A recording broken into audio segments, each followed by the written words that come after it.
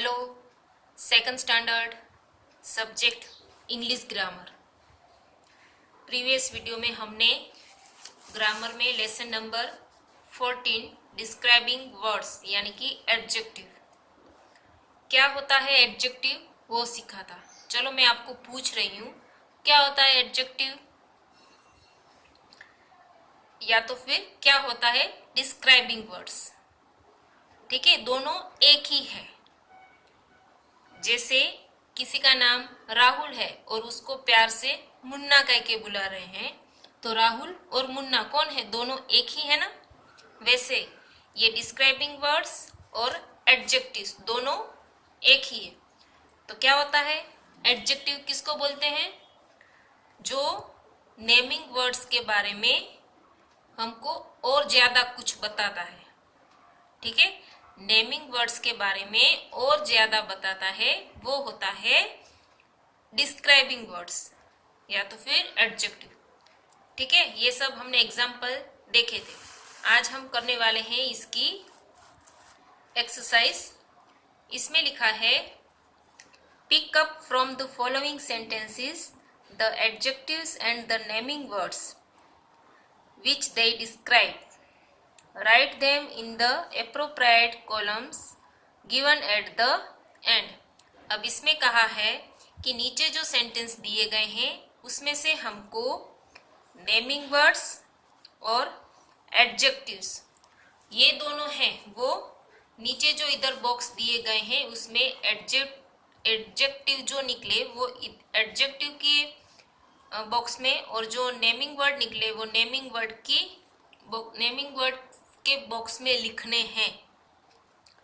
और the first one is done for you. आपके लिए ये पहला जो है वो एग्जाम्पल के तौर पे किया गया है, और वो पहला है we went there by a fast train.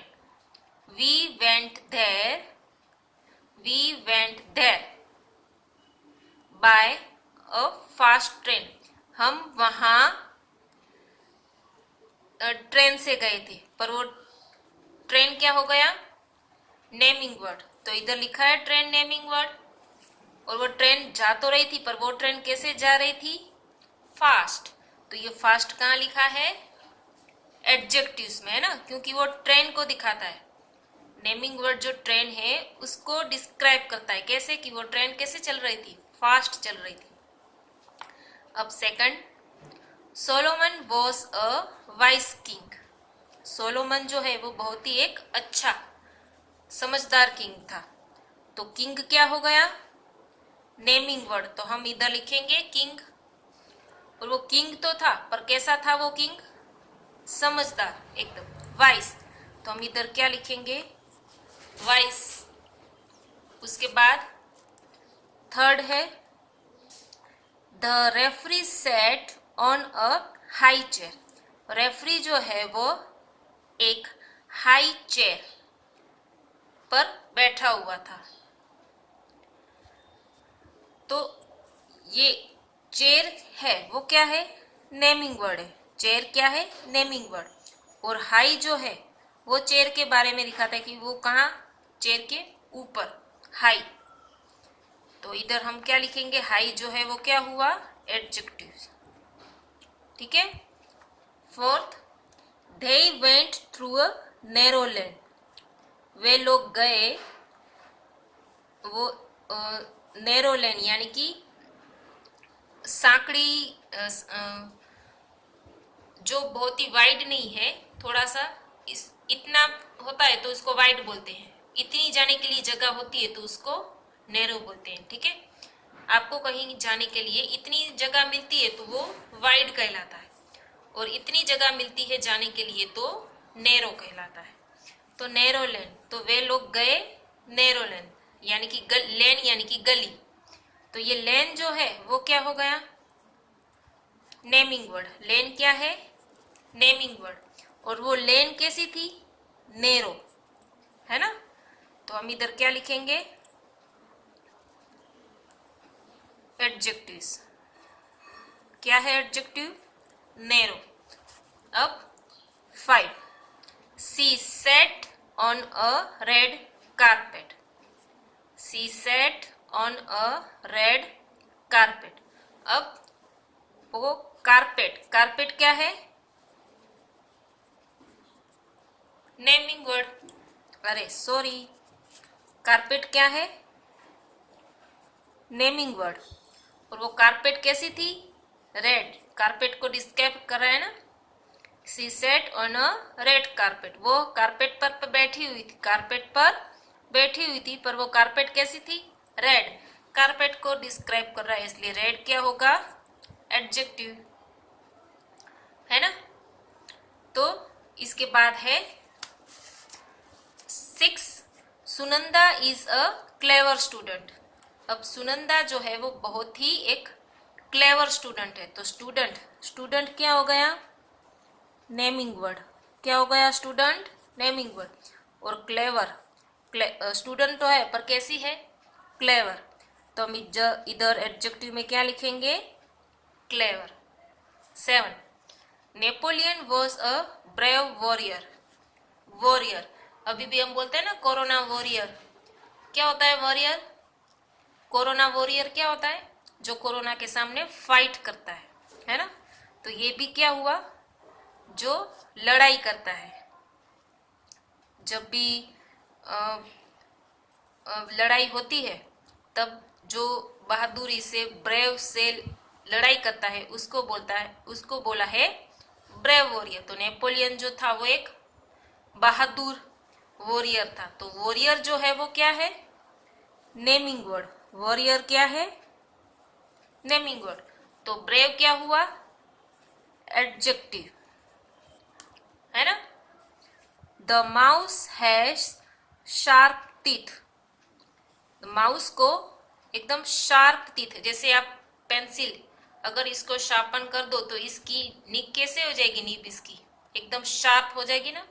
तो वैसे ही माउस के टीथ कैसे हैं? शार्प. तो टीथ क्या है? नेमिंग वर्ड है ना. और शार्प क्या हुआ? एडजेक्टिव. फिर उसके बाद है 9. Tell me the right answer. मुझे आंसर कहो. आंसर हो गया नेमिंग वर्ड और राइट क्या हो गया? एडजेक्टिव. क्योंकि आंसर तो कहो पर वो आंसर कैसा होना चाहिए? राइट. तो हम इधर नेमिंग वर्ड में क्या लिखेंगे? आंसर. और राइट में क्या लिखेंगे? राइट कहाँ लिखेंगे?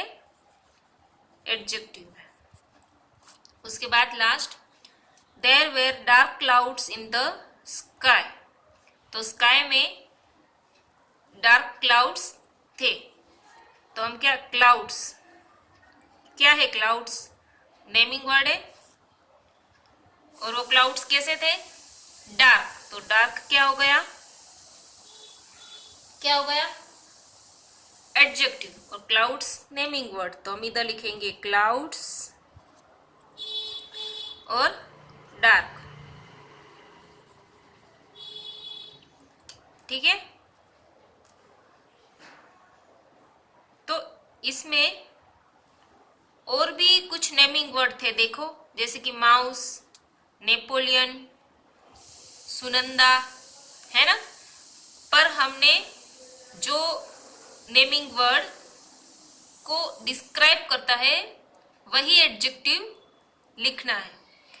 जिस नेमिंग वर्ड को डिस्क्राइब करता है वो वर्ड्स ही हमको लिखने हैं. ठीक है. ये नेमिंग वर्ड और इस नेमिंग वर्ड को ये डिस्क्राइब करता है, इसलिए हमने ये वाला डिस्क्राइबिंग वर्ड्स लिखा है. समझ में आया? तो इस तरीके से हम ये करेंगे. एडजेक्टिव नेमिंग वर्ड्स कौन से लिखेंगे? जो एडजेक्टिव से जुड़ा हुआ है.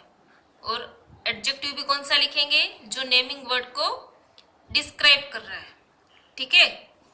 इधर जैसे कि सुनंदा है तो Sunanda is a clever student. तो सुनंदा भी नेमिंग वर्ड है पर अभी हमको वो नहीं लिखना है. Sunanda is a clever student. Student भी नेमिंग वर्ड है ना. पर स्टूडेंट को डिस्क्राइब करता है ये क्लेवर, इसलिए हमने स्टूडेंट उसको नेमिंग वर्ड में लिखा है. और स्टूडेंट को जो डिस्क्राइब करता है क्लेवर, उसको हमने एडजेक्टिव्स में लिखा है। तो इस तरीके से हमने ये एक्सरसाइज की है। ठीक है, तो एक बार घर पे और अच्छे से लर्न करना, और ये एक्सरसाइज इसी वर्कबुक में करनी है, तो अच्छी हैंडराइटिंग से कंप्लीट करिएगा। Okay, thank you students.